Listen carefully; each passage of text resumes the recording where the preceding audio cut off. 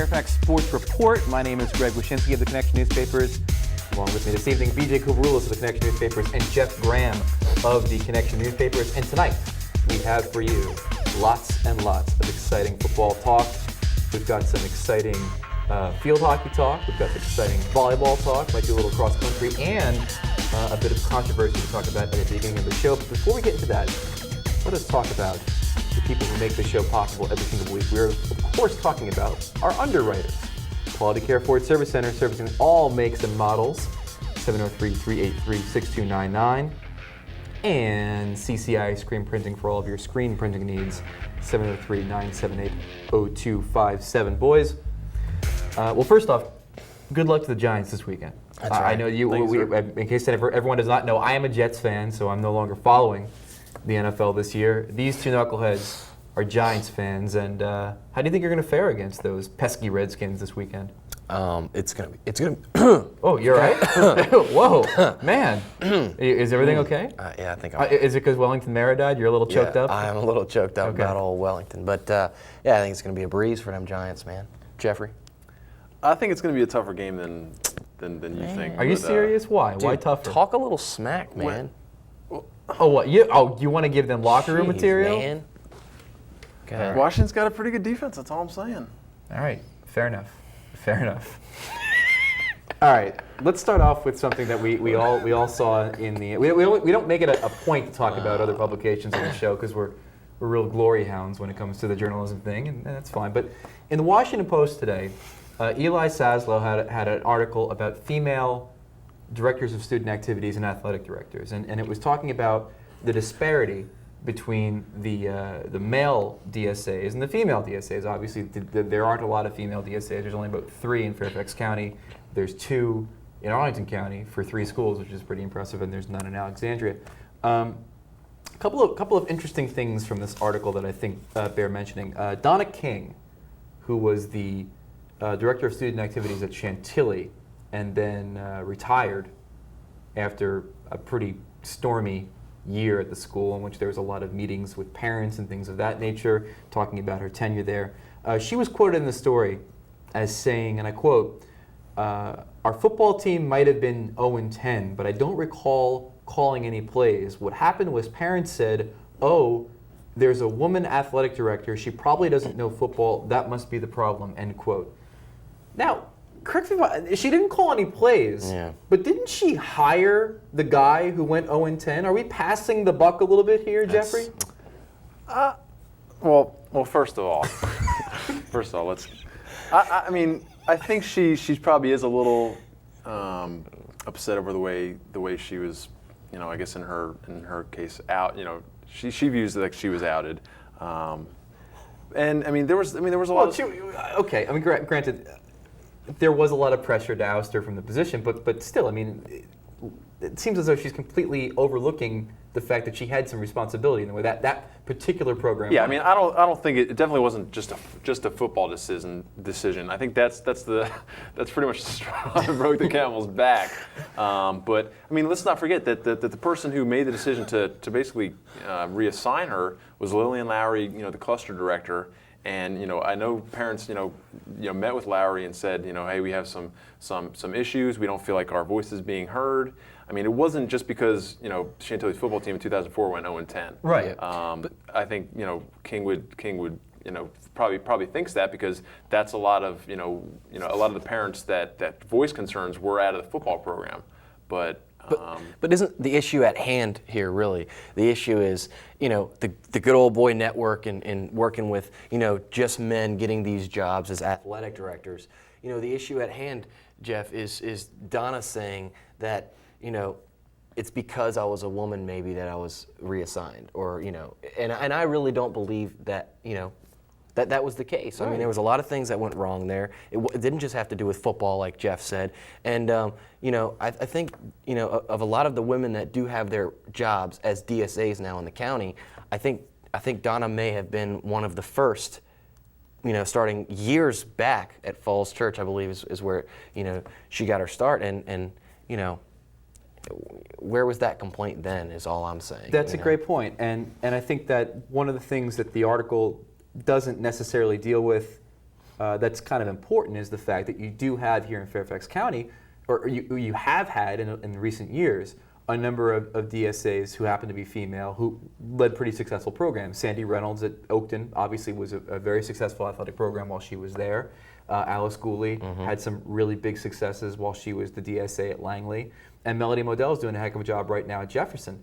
So, I just think when it comes down to issues of gender or race or anything, when you start dealing with disparities and things like that, and was a person ousted because they were a certain gender or a certain race, it all comes down to how well you do the job, and how well you play the politics and all those different issues. And I don't think the bottom. Now, granted, some of the vitriol that Donna King felt when she was a DSA at Chantilly might have come because of her gender from certain in certain situations from certain corners.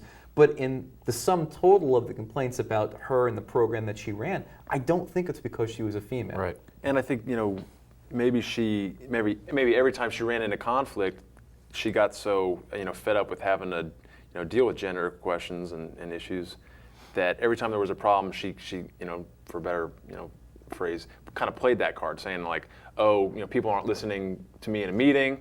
It's because I'm a female. Right, and you're not speaking out of turn here. I mean, that's something that was also covered in the articles. The fact she said that she would go to regional meetings in the county, and her contention was that she would say something, and no one would pay attention to it. And quote, a minute later, a man would say something similar, and suddenly the entire room would agree with the man instead of her. And I'm saying to myself, well, is that because you're a woman, or is that because you didn't exactly, you weren't exactly the most forceful person in these meetings? We've been in all these meetings. The personalities are the ones that get heard. The wallflowers are the ones that get passed by. You've got to have a voice. And a lot of those meetings, it's the same people kind of speaking up. I know, certain ADs that don't ever go to the meeting and don't have their voices heard. A lot of the people that are there never speak. It's usually the same, 10 or 12 people. So, I can see maybe where if she was speaking and wasn't being heard, maybe it's because she didn't speak as much. But I mean, that's just hearsay. But let's go back to something that BJ touched on, which was the quote unquote good old boys network, which is something that always gets brought up when we deal with issues with administration, coaching situations, things of that nature. I mean, I think that it can be said without much hesitation that there definitely is a retread mentality when it comes to certain coaching positions and certain athletic, director administration positions. But has that created a ceiling where you're not seeing women, people of color being elevated to those administrative positions because of a quote-unquote good old boys network, especially here in Fairfax County? In Loudoun County, I mean, I've covered it for about 5 years, and I've definitely seen what could be, called a good old boys network. A lot of the people that move up are either people who know an existing AD and then have worked with that person, and as soon as a job comes up, they're elevated into that position. One AD that moved in this year into Parkview, Joe Brennick Jr., his father's the AD at one of the new high schools over there in Loudoun. So it's kind of almost who you know, and I think there's only one woman AD in the county, and she's new this year. Maybe women are just not in that circle, and like you said, the same people are kind of moving around, and taking all the jobs. I mean, we talked about this earlier in the office today, and one of the points that I brought up, which I think is worth sharing, is a lot of the administrative positions are filled by ex-football whatevers, coaches, assistant coaches, who then move on and move up. Let's, for example, Tommy Meyer is the assistant, over at Herndon, but he's also the football coach. Same thing with Tom Verbanek over at Westfield. So those positions kind of go hand in hand. Your football is the moneymaker at the school.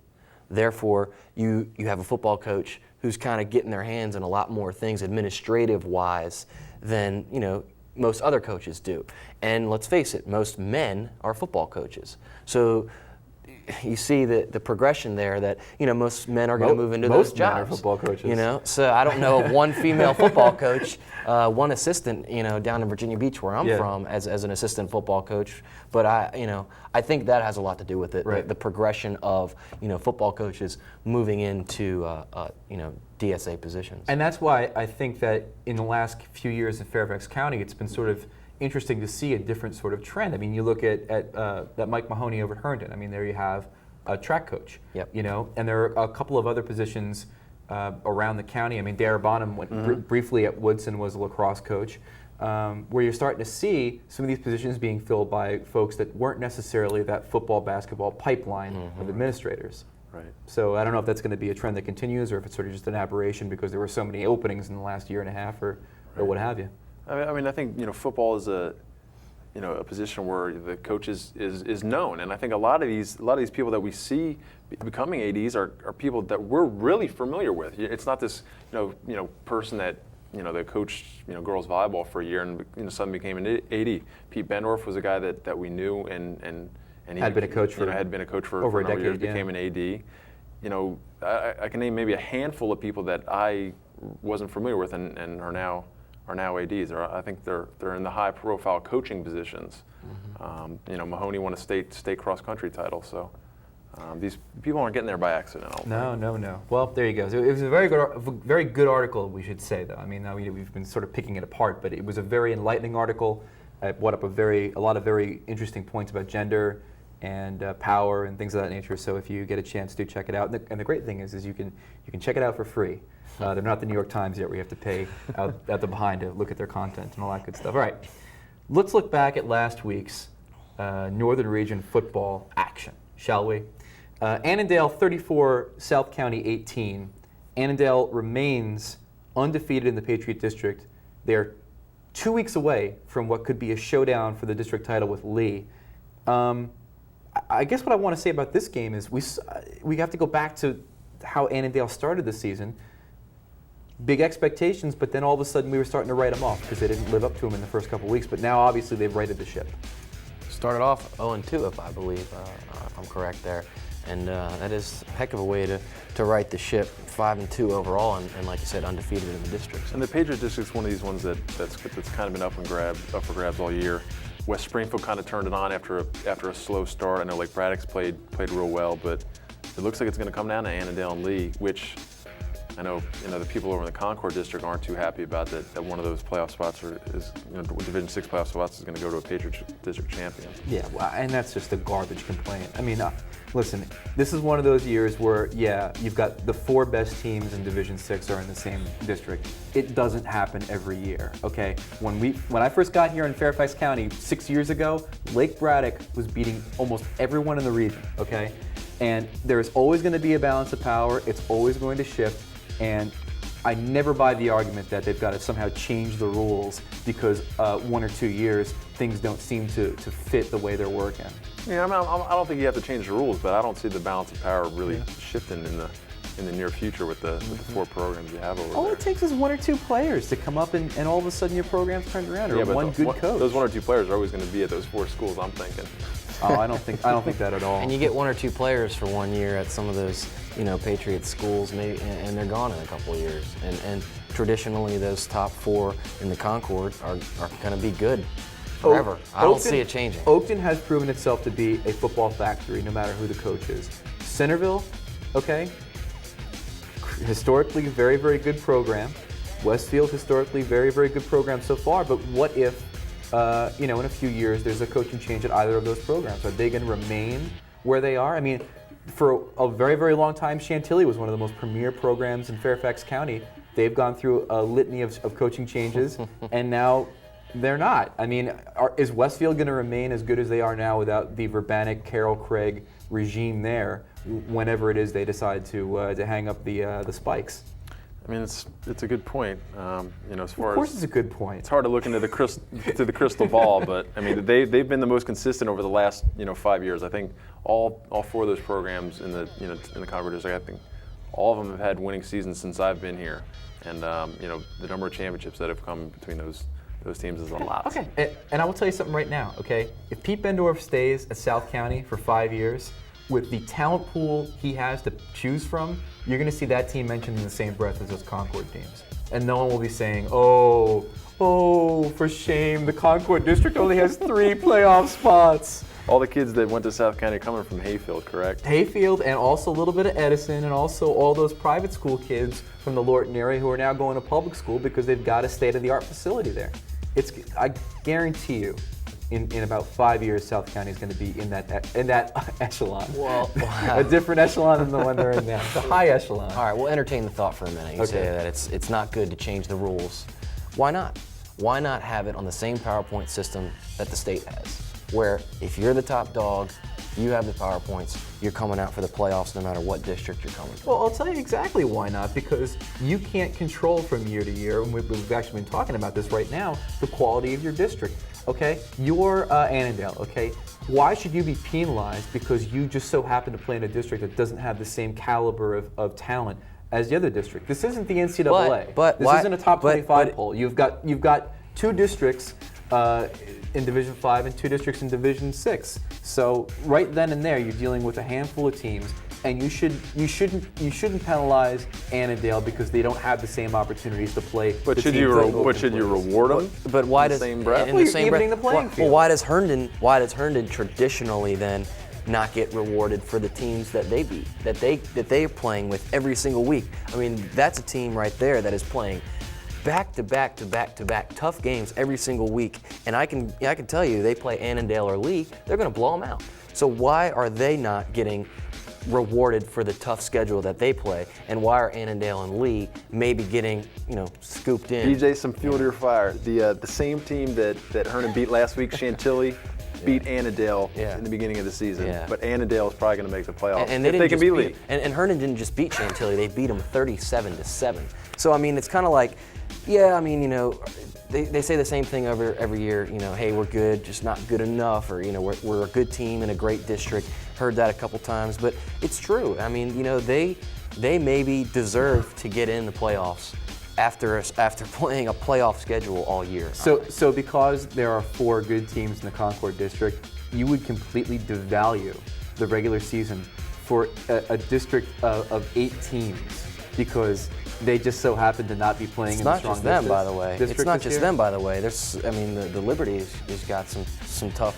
Yeah, they got to get some tougher games going. But over that's there, D5 too. though, man. That's a different situation. D5 playoffs are a little bit more up for grabs than D6 this year. Yeah. If you want to say that the Concord district has all the power. Yeah. My point is that if you go and say, all right, because all the power is in the Concord district, we're going to make it a PowerPoint-based situation. Right then and there, the minute you do that, Annandale, Lee, Lake Braddock, West Springfield, Hayfield, West Potomac, T.C. Williams, and South County, they should just pack up and not play. They shouldn't even play. They shouldn't even field a team this year because their regular season, it's like exhibition season. It doesn't even count anymore. Well, then why don't you start, scheduling some out-of-conference games like Oakton did against Stonebridge this year? I mean, that's a legitimate win. I mean, it's a D6 over a D5, but that D5 because school, you don't because in Stonebridge is tearing it up. an 18 district, you don't have enough games to make up the PowerPoints that the Westfield, Robinson, Centerville, Oakton quartet are going to get just by playing each other in the same district. Well, I mean, you make a good point. Don't get me wrong, but it's kind of like you can't really please both sides. I mean, you've got some Concord teams that really deserve some a look at the playoffs, and you've got some Patriot teams that do but maybe don't, and then if you take them out, like you said, you're penalizing the whole district. So. It's with Robinson moving into the Concord, that's pretty much what shook it all up. I mean, it's been like that for a while, but I mean, geez, you took another powerhouse and you stuck them in the Concord. Come on. The whole thing will balance out. Give it a decade, the whole thing is going to balance out. You're not going to have to worry Freshman about in high school who wants to try out for the football team at Herndon doesn't want to hear, let's give it a decade. I mean, well, I did not hear Herndon banging the drums. I did not hear Herndon banging the drums to get moved to the Patriot District. Yeah. If they're having such a problem, they should move. And you know what? They're having a problem in football. They sure as hell aren't having a problem in basketball. Yeah. In basketball, Centerville should be the one taking out of that district. That's for sure. All I'm saying is it'd be nice to maybe see a Westfield Centerville rematch in the playoffs, but instead we're probably going to get Robinson Annandale or Westfield Lee, and it's going to be pretty bloody. Yeah, well, think of it this way. I mean, according to all those Concord coaches, whoever finishes first, they're going to be nice and rested for that championship game because they're going to be playing the Patriot team in the first round, right? So there you go. Think of it as a bye. Don't think of it as a problem. I'm thinking as a problem for some of those Concord teams that could have been in there. That's the only way I'm seeing it. Fair enough. And before we move on with these scores, let's mention briefly how amazing it is that in Stonebridge and Loudoun Valley's first season here in the Northern region, it looks like both of those teams are going to qualify for the postseason. I mean, that's stunning to me. I expected it more out of Stonebridge, having covered them the last couple of years. Loudoun Valley has really been a shocker. They beat Yorktown last week pretty handily. Should have probably beat Stonebridge earlier in the year. Had the game won, gave up 2 late touchdowns. So I think Loudoun Valley is going to really give Edison some problems this week. I think Edison's a favorite, but that's a game we're going to talk about later on. That's going to be a fascinating game and fascinating for many reasons, most of all because Edison's going to have to schlep all the way out to Loudoun Valley on a Friday for that game. But we'll talk about that coming up when we preview this week's games. Let's go back to the scoreboard. Centerville, Fairfax. Talking about teams that kind of been proved our point. Screwed by the regional thing. Centerville comes into this game and just rolls Fairfax 62-14. Obviously, the Wildcats come in with all the momentum from the Robinson win. Dose comes back in the lineup, gives them a nice little bump as well. No surprise in the margin of victory here, and unfortunately, Fairfax takes the brunt of a Centerville team that's really found their stride late in the season. Unfortunately, unless something weird happens, like a hand on your shoulder, third hand on your shoulder, Centerville's probably not going to make the playoffs. I mean, they're going to need Hernan to beat somebody down the stretch. Yeah. Some crazy things have happened, but they've destroyed the teams that they should. They had a couple close games that they lost. That's probably going to keep them out of the playoffs. But how about Cameron Dose coming back after a concussion? Talked to him, at the beginning of last week. Said he, probably wasn't going to play. And, if he didn't know what kind of role he was going to have. 3 catches, 90 yards, 2 touchdowns. What can you say? I think it's safe to say that Cameron Dose is alive and well after that hit he took at Robinson, Greg, which you witnessed and I heard was pretty bad. But I guess it's safe to say that Drew Dudzik has his favorite receiver back in the lineup after that performance. And I thought, to be honest with you, I thought they would have rested Dose for that game against Fairfax. Take him into the bye, make sure everything's okay. But hey, if the doctor clears him, he wants to get out there and play. And you say, where we talked early in the office, it may be, the coaches saying, hey, maybe the playoffs aren't in our reach. Let's give these seniors a chance to play. I don't know. So I want to know if Jeff has another hand that is sort of the devil's advocate when the other hand, when they do that conscience thing. Don't see any. Strange things are afoot at the Circle K tonight, my friends. Let's give him a hand. Lake Braddock 20, West Potomac 6. Jordan Russell and the Bruins continue to roll and turn their season around in a big way. They are now 3-2 in the Patriot, 5-2 overall, and they take down a West Potomac team 20-6. Langley 21-7 over South Lakes in a game that I will freely admit that I prognosticated correctly in the Connection Newspaper's Pigskin Prognosticator box. Yeah, I will freely say that I did not pick that game correctly, which, hey, what else is new? I just barely broke the 40 mark in our picks this week, going into, the 9th week of the season, picking 10 games a week. So, do the math there. But okay, I will. You are 12 games behind Jeff in the picks box. Yeah. And you're 11 behind me. Yeah, so I'm not the greatest person to listen to on picks, but speaking specifically about the Langley South Lakes game, South Lakes, man, I guess the playoffs might have passed them by. They're down at the bottom now. The Liberty with a 1-3 record. They're tied with Woodson and McLean. They had a breakout game. A kid for Langley, Josh Siegel, has rushed for 100 yards in 4 consecutive games. Dropped off 1 week before this game. Came out and rushed for 220 yards. That's an incredible performance. Langley has been looking for somebody, we've talked about it before, to fill that role of running back. They got a bit of bad news at Langley before that game. Travis Benson, a lineman, big dude, big guy on the line for them. Team leader, team captain. Coach John Howerton says he uses him as a coach on the field. That's different for a lineman. You don't really see them, a lot of cerebral linemen, but he had a ligament tear in one of his knees, and so he may be out for the remainder of the season. They respond with him out, come back and throw up 21 points against a South Lakes team, which can hurt you. They've proven that they can score. So did it both sides of the ball and rebounded, I guess you could say. Do you think Jefferson has cerebral linemen? I guess they kind of have to. They have to by default, right? Yeah. They're in that upper echelon of linemen. Right. There's certain echelons for linemen, and they're in the highest ones. The high brains. Right. Lee 34, West Springfield 3. This is a game that just stunned me. I mean, I thought Lee could compete in this game, maybe even win the game. I sure as hell didn't see 34-3. I talked to Chad Lewis after this game, and he said quite correctly that he was worried about his defensive secondary going up against Peter Lalich, the West Springfield quarterback. So he decided to, in his words, bring the heat against the Spartans offense. They rushed a lot of people to try to disrupt the offense. They did a heck of a job. They held Lalich to under 100 yards passing, intercepted him once. And on the other side of the ball, Greg Jones and Brandon Cameron power the Lee running attack. They played ball control, they played clock management, and they win a huge game that really kind of sets up, as we said, a potential district championship game between themselves and Annandale in 2 weeks. I think we pretty much knew Lee was going to be able to run on West Springfield. West Springfield team that's pretty young, haven't shown the ability to stop much on the ground, but for Lalich to only have about 60 some yards really hurts them, because they are a pass first team, pass probably 80-90% of the time.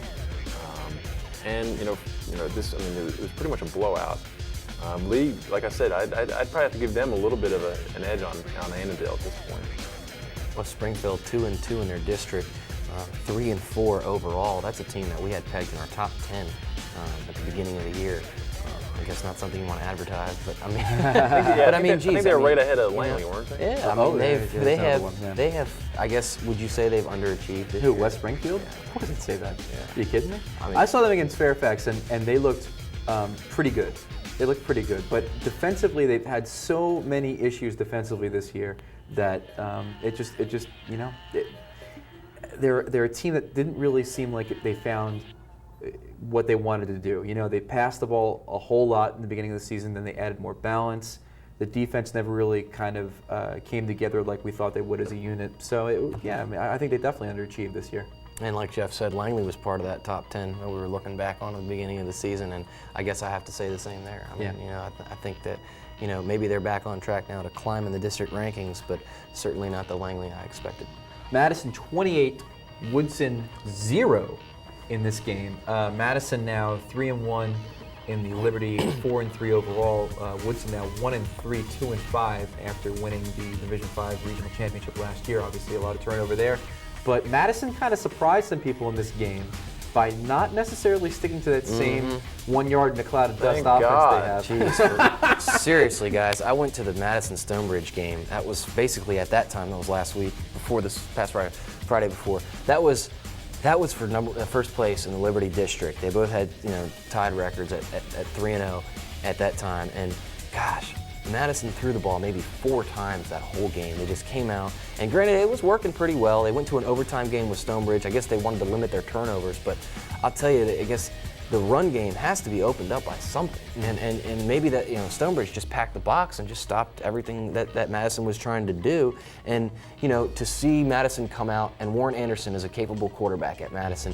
He came out, he threw for over 100 yards. Maybe near 150 in that range, and threw a couple of touchdowns. So to see them, get out and throw the ball more, which they can do, they just, they don't do it. It's good to see Madison, get back on. Yeah, but I wonder if it's almost too late. I mean, Stonebridge look like they have a lock for that district title. Edison, Yorktown, Latin Valley fighting for playoff spots over in the national district. So I don't know if 2 teams in the Liberty are going to get a playoff spot. So they really needed to take out Stonebridge and weren't able to do it. And they were very close in that Stonebridge. They had an opportunity there late. It would have been about a 24-yard field goal, I think, and that was in regulation. And the score was tied at that point, and they opted not to go for the field goal. That could have been a big swing in the Liberty District. Could have put Stonebridge in check, and probably could have changed the PowerPoint situation for a team like Oakton in the Concord, who is still second in the state, I believe, in PowerPoints. They're 5th in the state, 2nd in the Northern Region in PowerPoints, because that Stonebridge win they had is fueling them because Stonebridge keeps winning. So Madison beating Stonebridge wouldn't have just helped Madison, it probably would have helped a bunch of other Concord teams. So. And Madison's going to need some help to get into the postseason with PowerPoints. Right now, Yorktown's ahead of them. Yorktown has a very, very easy, manageable schedule the rest of the way. So it'll be interesting to see how that plays out. Obviously, when you deal with PowerPoints and you deal with a real sort of close situation between the fourth team and the fifth team. I think right now it's probably less than 2 points right now between them. A lot goes into it. You have to see what other teams do. It's the strength of schedule thing, the whole bit. So anything can happen. But right now it looks like Yorktown might still have the edge going into the postseason. Marshall 13-7 over Jefferson. So the Mighty Statesmen continue to have an impressive season. 2-2 and 5-2 overall. Yeah, and they have a new quarterback over there. Vincent Reese is a sophomore. Threw for over 150 yards in that win. We should mention that Jefferson's quarterback, Matt Wong, we believe is done for the season. Obviously hasn't played for the past couple of weeks. So an injury caused that, and then boy, Jefferson was just coming out and blowing people out, really not doing a whole lot defensively, just kind of like the Indianapolis Colts of last year, just scoring more. And now with their versatile quarterback who could run and throw, they aren't able to do that, and teams are jumping on them. Not to take anything away from Marshall, boy, have they really just turned things around over there and climbing in those Liberty District rankings. And athletic director Bill Curran told me before the season, I didn't believe him. I knew Marshall would be better than they've been. He said, I know he's a big fan of the show, so listen up. Bill said, if things go our way, we're 8-2 this season, possibly. So and maybe it's even better than that. They've already clinched at least the non-losing record. So so awesome for them. Big change over at Marshall, and got to be happy for them. Potomac Falls 21, Loudoun County 7, and then also want to mention the mighty Wakefield Warriors winning their first game of not only the season but of Tim Churchill's tenure there as head coach. 12-7 over the now winless Mount Vernon Majors. They're 0-4, 0-7 overall. Right now in the northern region, amazingly when you consider what the region looked like a couple weeks ago, you have Wakefield with a win, Washington and Lee with a win, Stewart with a win. The only two winless teams right now in the region are South County and Mount Vernon. I asked the panel, will either of them have a win before the end of the season? I'd have to see a schedule, but man, not looking good right now. I don't know what else to say about that. When you play, some of the National District bottom feeders, there's always a chance at a win, and I think Mount Vernon has Stewart this week, so that could be a win. And South County, who knows? They have a big rival game with Hayfield coming up. I know their defense has kind of played well at times. Offense maybe slightly a bit behind them, but with the wet weather, we've been having, we've seen a lot of 10-7, 13-10 games. So that's all it takes. And we'll talk about that South County Hayfield game coming up later. That's going to be a fascinating one. Want to touch on one more game from last week, and it was a big one. Robinson 37, Oakton 21. I believe we have some highlights of that game. I was there, and it was an incredible game. You get there, and this is Goff just getting Matt Goff, the Robinson quarterback, just getting a big game. Oakton was really looking for the pass, and Goff ate him up, both throwing and running. And it should be said, Goff, 5 runs, 107 yards. 3 of 5 passing for 45 yards. I thought. Is that refrigerator Perry running the ball? Now this was called back. It was called aiding the runner here, and later number 74 was hurt in the game and came out. I don't think 74 needed any help on that one. There's a guy that doesn't need any aid. Yeah, no help there needed. That's Lucas Caparelli. Obviously, we all know that name around here. Keeping that Player of the Year candidacy going with 3 touchdowns and just an incredible amount of numbers. 19 rushes, 121 yards. I wanted to mention Goff, though, and you see that Robinson defense going up big. I wanted to mention Goff because I thought in the fourth quarter of that Centerville game he did not play his best football. And I thought that really kind of affected Robinson in the red zone. And it's good to see him bounce back with a strong game against Oakton. They're going to need him if they're going to win in the postseason. Yeah, I talked to him about that injury he had to his eye, and he's wearing a protective visor now.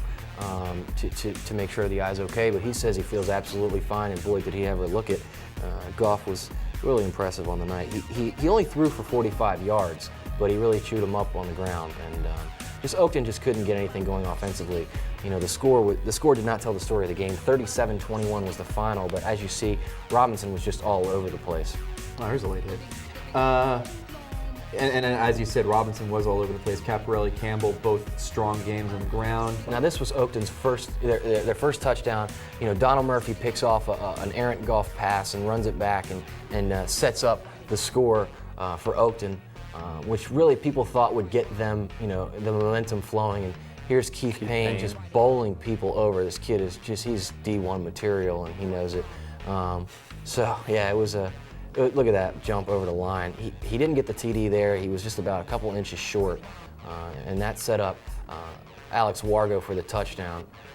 Just barreled over the line there, and Oakton finally got on the board. That was their first touchdown, and I tell you, Robinson was just dominant. I mean, there's no ifs, ands, or buts about it.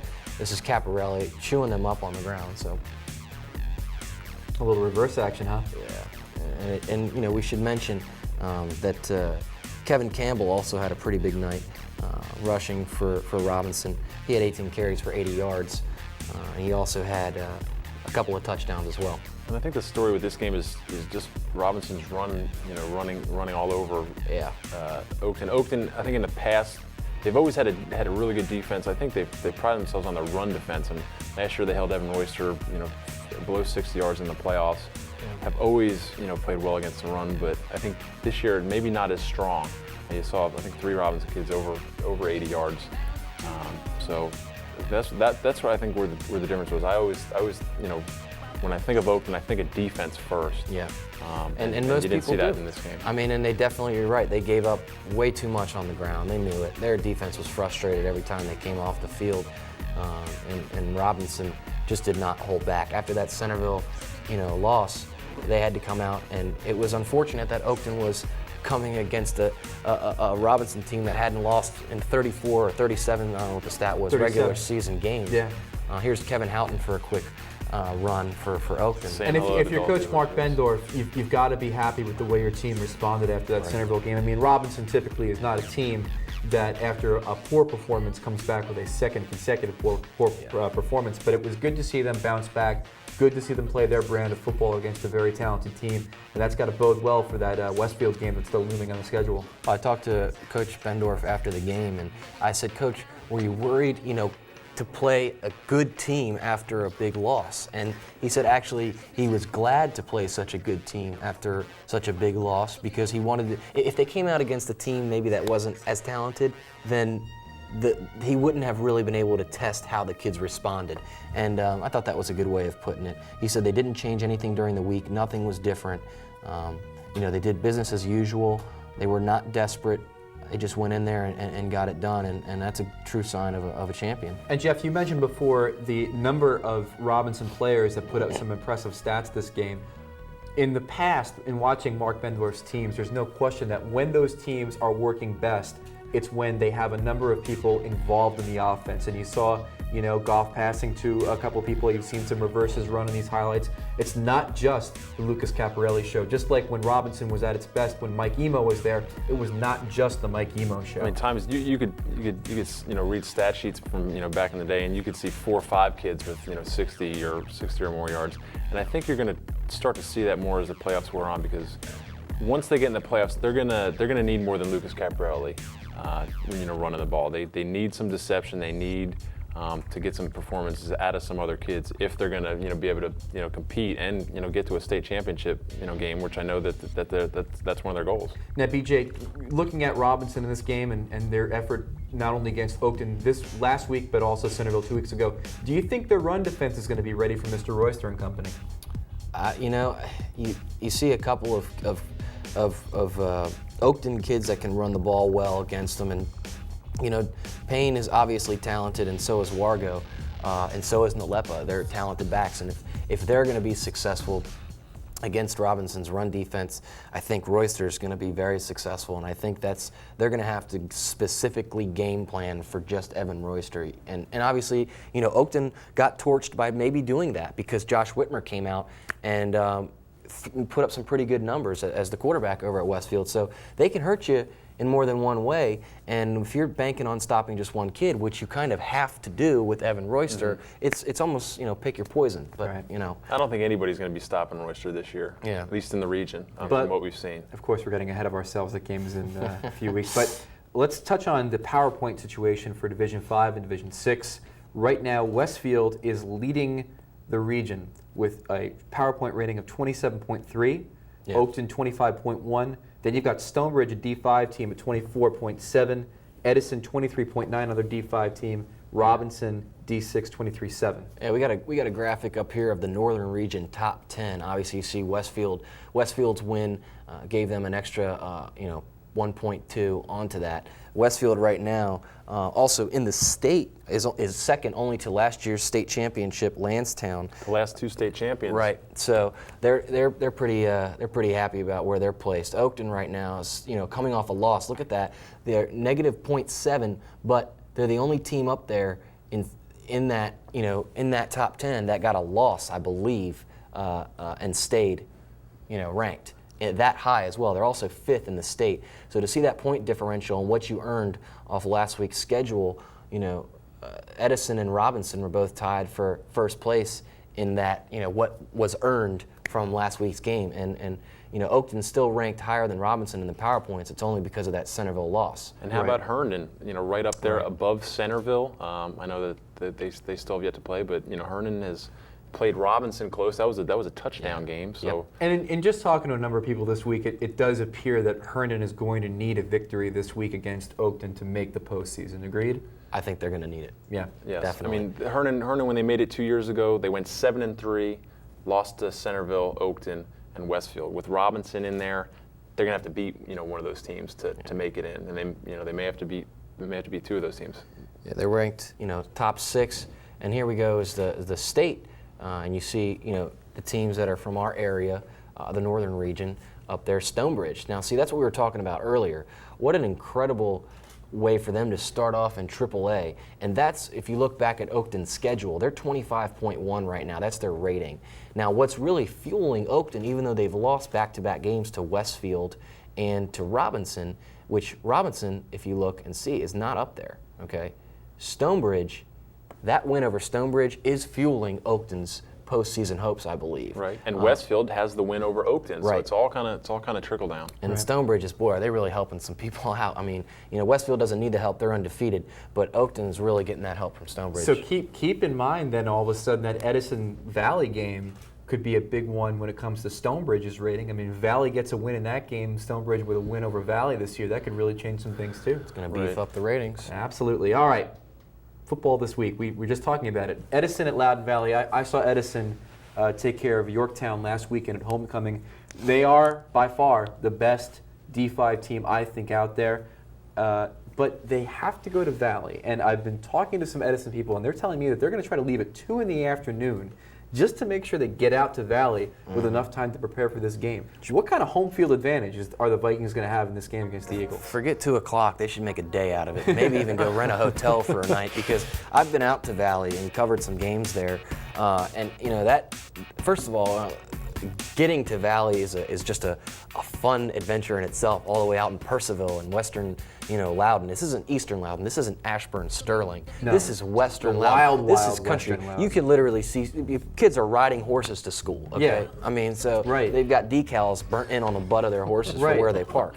I mean, this is western Loudon. So yeah, they really got to drive ahead of them, and that home field advantage at Valley. Those are some sports fans out there. Those kids come out in droves, okay, and they are loud and impressive, and I'll tell you, they are impressive. But that's like you said, it's a big game. It has a lot to do with the PowerPoint ratings, and boy, if Edison gets out there and gets that win, it's like you said, they are the real deal. I expect they will. I think that Edison is by far the best team in D5. I think they could beat a number of D6 teams this year. The most impressive thing that I saw them do against Yorktown was they were able to run the football really, really well, and they didn't even have their best rusher on the field, Devin Clark, who was nursing an ankle injury. Keone Kyle came in. He's the fullback, and he obviously gets his touches as well when they play. But he was sort of the primary back in that game and just ran all over the field and did a heck of a job. And they are loaded at every skill position on offense, and I would not be surprised if they won this game. Just a side note here to mention, Loudon Valley has a female athletic director who's not calling any plays either, and they're doing really well. And they're doing quite well. There you I just go. thought I'd throw that in there from our earlier Good debate. callback. Fairfax at Westfield. This game used to be pretty interesting in the early days of Westfield because you had the Tom Burbanek connection. When he was the coach at Fairfax, they did quite well, and he coached Evan's brother Brandon there. Not so much the connection there anymore. Westfield has sort of come into their own. Fairfax has sort of taken a step back for a few years. And do you expect this game to be the same kind of spread we saw in the Centerville Fairfax game? Absolutely. I mean, it would be closer if Evan was on Fairfax. I guess that's where he could have gone, but he's now at Westfield. And I mean, Evan Royster's closing in on 2,000 yards, so I mean he could probably get 250 in the first half against the Rebels. Probably won't play after that because he's got a big game against Robinson. He's probably wanting to get healthy for. So this could be 50, 60 points. Falls Church at Yorktown is a game that Yorktown cannot lose after losing to Edison last week. I think they're going to be okay in this game because I think that their running game is going to be able to get going against Falls Church, which has a pretty good defense but not a great defense, and it takes a great defense to handle Maximilian and Kirby Long and the Patriots' running attack. I think Yorktown's proven, against the kind of the mediocre to good teams, they can run, but against Edison and Valley, that's kind of where they struggle. So I think we kind of know where Yorktown's slotted as far as their playoffs. I'm probably looking at a 4 seed. Langley at Madison, very interesting game in the sense that Langley seems to have gotten a little bit better as the season's gone on, but Madison is obviously playing some of their best football right now. It's so hard to put your finger on a Liberty District teams. It's kind of, South Lakes 1 week comes out and scores 40 on Jefferson, and then the next and they week, passed for 4 yards last week. Right, and it's hard to put your finger on these teams, but you never know. Maybe that's part of the excitement over there in the Liberty District. I mean, you got Madison playing Langley. I mean, personally, if I had to pick it, I'm going to go Madison, and only because of what they've proven they can do. Langley is not. Maybe Madison's not the funnest team to watch, but at least they get it done. Langley, you don't know what you're going to get. So, So you're saying there are teams that are funner?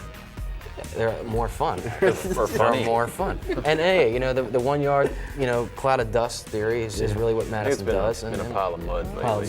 It should be noted that all of the Connection Pigskin prognosticators selected Madison in this game across the board, all 9 of us. They play good. They play good run defense, and if Warren Anderson can pass for 150 yards like he did last week, I mean, just give him a chance. He can complete some passes for you. You can't write off Langley because you don't know which Langley team's going to show up. And if the good Langley team shows up, Madison's going to have a lot harder. I mean, don't look at Langley's record as what they are. I mean, they're a lot better than their record is. In some weeks, I think they're worse than their record shows. And that's what I'm saying, the Jekyll and Hyde aspect there. You don't know who's going to show up. Well, I hope for Langley's sake the varsity team shows up, because otherwise it could be trouble. Exactly.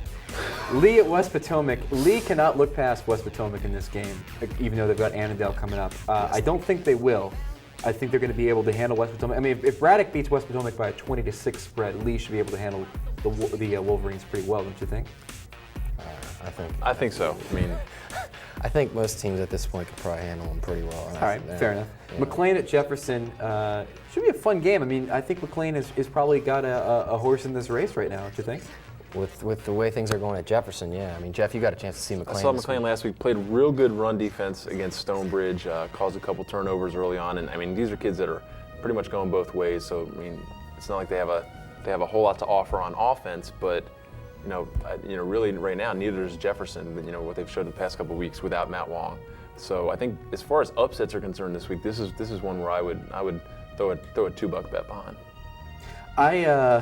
Jesus Christ. I mean, honestly, the scruples.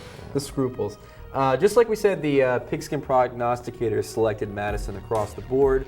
Well, we almost selected Oakton across the board, save for our good friend Rich Sanders, sports editor of the Alexandria Gazette, who picked Herndon. But you think he might have a point?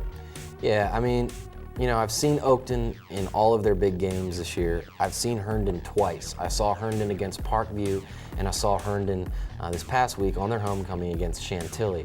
And, I couldn't really gauge Herndon after Parkview because, Parkview's a AA team, and, it's hard to really gauge that, how good they really are. But I'll tell you, they were very well coached, we know that, and they have some really good talent. They've got the key skill positions filled at Herndon. They've got their quarterback, Zay Lopez, who isn't just a guy that goes out there and just throws when he has to. They want to throw more than a Herndon team has wanted to throw in a long time. They've got Chris Thompson running the ball for him, and he's hard to bring down.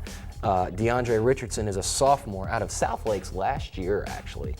So he's a good runner as well. So something to mention there is Lopez is a junior, Thompson is a junior, DeAndre Richardson is a sophomore. So if not this year, definitely next year. But they think they're going to beat Oakton. Obviously, every team doesn't go in there saying, "Oh, we're going to lose," but I have the radar that picks up when teams are saying it because they're supposed to say it, and when teams are saying it because they really mean it. And I think Herndon really believes they're going to win this game, and Oakton should be scared. It's really more of a lie detector than a radar. Right. I mean, if you're going to get technical. Right, I guess. I didn't want to say what I really was going to say. Robinson at Chantilly. I expect Robinson to handle the Chargers pretty well in this game. I think it looked like Robinson really kind of found their footing against Oakton and should probably continue that trend against the Chargers. Moving on, South County at Hayfield is a very, very interesting game in the sense that South County hasn't won yet. Hayfield has one win. It's a winnable game for South County if you believe in their defense and how well it's playing and think their offense can get going a little bit against Hayfield's defense. But more importantly, South County basically is Hayfield. I mean, that is Hayfield's JV freshman teams from the last couple of years on South County, and this is a grudge match. I mean, in talking to Hayfield before the season, this was a game that they had had circled on their schedule since training camp, and you got to imagine this is going to be a fascinating matchup because South County's got a legit shot to win this game. Well, South County has a lot of the juniors that might have stayed at Hayfield, I guess, had they chosen to do so, and that's something I think Billy Pugh was thinking about this week when he was talking with us, saying he said they've got a score to settle. I mean, not in those words, but in so many words, that those are juniors who chose to go to South County rather than remain at Hayfield, and it took his program down a notch. I mean, I can't fault kids for going with Pete Bendorf. I mean, the guy's one of the best coaches in the region, and he's proven he can grow programs. So, maybe it was the kids' decision, maybe it was parents. Who knows? But I think it's gonna be a great game. I don't think you go wrong either way playing for either school. I mean, both are established coaches, and maybe Hayfield's been around longer. But maybe South County has better lunches. Who knows? It could be the case. South Lakes at Marshall. This is a game that Marshall, if they win, will guarantee them a winning season. Yeah, and I think they know it and they want it, and it's something that's at the beginning of the season when I was writing about Marshall, winning their first 3 games, and maybe I thought after that was all they were going to do. They've had some kids come on really strong there, and I think they're going to be good for a little while now. I think they've come back and proven themselves as not the Marshall of old yet, what they used to be, the powerhouse, but hey, they got a couple of weapons over there. Pat McLean is coming on strong now. He's a receiver over at Marshall, and they've got a young quarterback now in Vincent Reese, who's going to be good for the long run. We should keep an eye on Pat McLean this week, I think. Yeah, we should. We should. Stonebridge at WT Woods. At the beginning of the season, this game looked like it might be a pretty important one for the Liberty District playoff race. Stonebridge, in FSN speak, is a few echelons up from Woodson this season. Probably about 4.7 echelons. Yeah, fair enough. I think Stonebridge, not a whole lot to gain other than a victory, but I think they need to start playing a little better than they have been. They haven't put up a lot of points, and I think in the past, Mickey Thompson's teams have been able to score a whole bunch. They're not playing the same teams that they were in Loudon, but they have to stop turning the ball over, and they need to start playing a little sharper because in 2 or 3 weeks they're going to be playing playoff caliber teams, and you have the 2 or 3 turnover game. Instead of it being 0-0 like it was against McLean, all of a sudden it's 14-0 and you're in a world of hurt. Before the McLean game, they had won 2 games back-to-back against Langley and Madison in overtime. It's kind of like the Nationals when they were in the beginning of the season. They were winning all these one-run games, and oh wow, they're in first place. Stonebridge, they're a good team, but like you said, they do need to start scoring more. They need to maybe win a little bit. I guess how can you say win more? But I guess win by more decisive victories to really prove themselves as the true number 1. I guess. Yeah, I mean it was almost a 0-0 game against McLean, so they just need to be a little sharper than they have been. T.C. Williams at Annandale. This is, again, like the league game, a game that Annandale can't look past. T.C. Williams has been really on the downswing, though, since their strong start. It should be a pretty manageable game for the Adams. TC won their first 3 games, but I think those teams have a combined 1 win at this point. So I know they've been playing in the rain and not liking it too much. But, I mean, if they want to make a statement, go out and beat Annandale. There you go. And the next game, 2 teams with a combined 2 wins. W&L and Wakefield. Someone's going to come out of this game with 2 wins. It's true, unless there's a tie. How about Wakefield? If they could win, win 2 games this year, that's. It's even more remarkable when you consider that their best player, Jason Garza, has missed almost the entire season after a really strong start in the first few games for them. It's a great little story, Wakefield winning that game this week and breaking this long losing streak. And from all reports, it was like they won the Super Bowl. And it would be nice. I mean, they're playing at home, so get a good home crowd out there and beat Washington Lane. Exactly. Too bad we're not on in Arlington, because then people would hear that. Please. Game of the week: FSN Cox 35. Game of the week: Lake Braddock at West Springfield, and this is a game now. All of a sudden, Lake Braddock looks like they might be the favorite in this game. I'd have to say the way these two teams have been playing. Yes? No? Maybe so. For the Bruins, I said it in my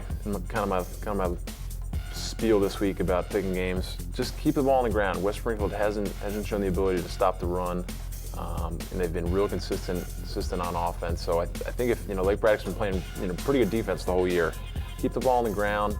I think they're going to win this game. And Jordan Russell's been the man on the ground for Lake Braddock. Really has been racking up some pretty impressive rushing numbers this season. They're already way ahead of where they were last year, so Lake Braddock's got to be happy about. Yeah, five wins after an 0-10 season. That's speaks volumes about Jim Poythress as a coach, I think. The same should be said for Chantilly too. After seeing them this week, got a chance to talk with Coach Shalali over there, and the same should be said for them after an 0-10 season to be where they are. 4-3. It's a good tournament. It's good to see improvement. Marshall, like you said, they're winning some games. So it's a topsy-turvy region, isn't it? Yes, it is. Do we have a top 10 graphic? I don't even know if we do. There it is. As you can see, that's the Connection top 10 for this week, and Annandale sneaks in at number 10. No real movement to speak of. Centerville and Oakton kind of flip-flop positions. Edison's been at number 5, I think, since the Mesozoic era. They can't crack into that top 4, but I think they might be able to have a game against Oakton or one of those other guys. There you go. All right, and want to mention, obviously, next week Fairfax Sports Report, news and commentary from local sports insiders who all seem to come from the Connection newspapers. Wednesdays at 10, Thursdays at 7, and Fridays at 12 p.m. on Cox Cable Channel 10. And the high school game of the week, as we said, FSN and Cox Communications present Lake Braddock at West Springfield, a grudge match if there ever was one. Games there Saturdays at 6 on Cox 35, repeat daily 5 a.m. and 6 p.m. FSN on the web, www.fairfaxsportsnetwork.com. Please check out the photo gallery, Quality Care Ford Service Center. Thank you for underwriting us. Conveniently located in Fairfax, 703-383-6299. And CCI Screen Printing for all of your screen printing needs, 703-978-0257. Hey, who am I? Who are you? Who am I? Who? Who am I? I'm the Houston Astros. I get a good. You're choking. That's my Halloween costume. That's really good. Hey, I'm Phil Garner. It's very nice. Good. Thanks, man. Thanks.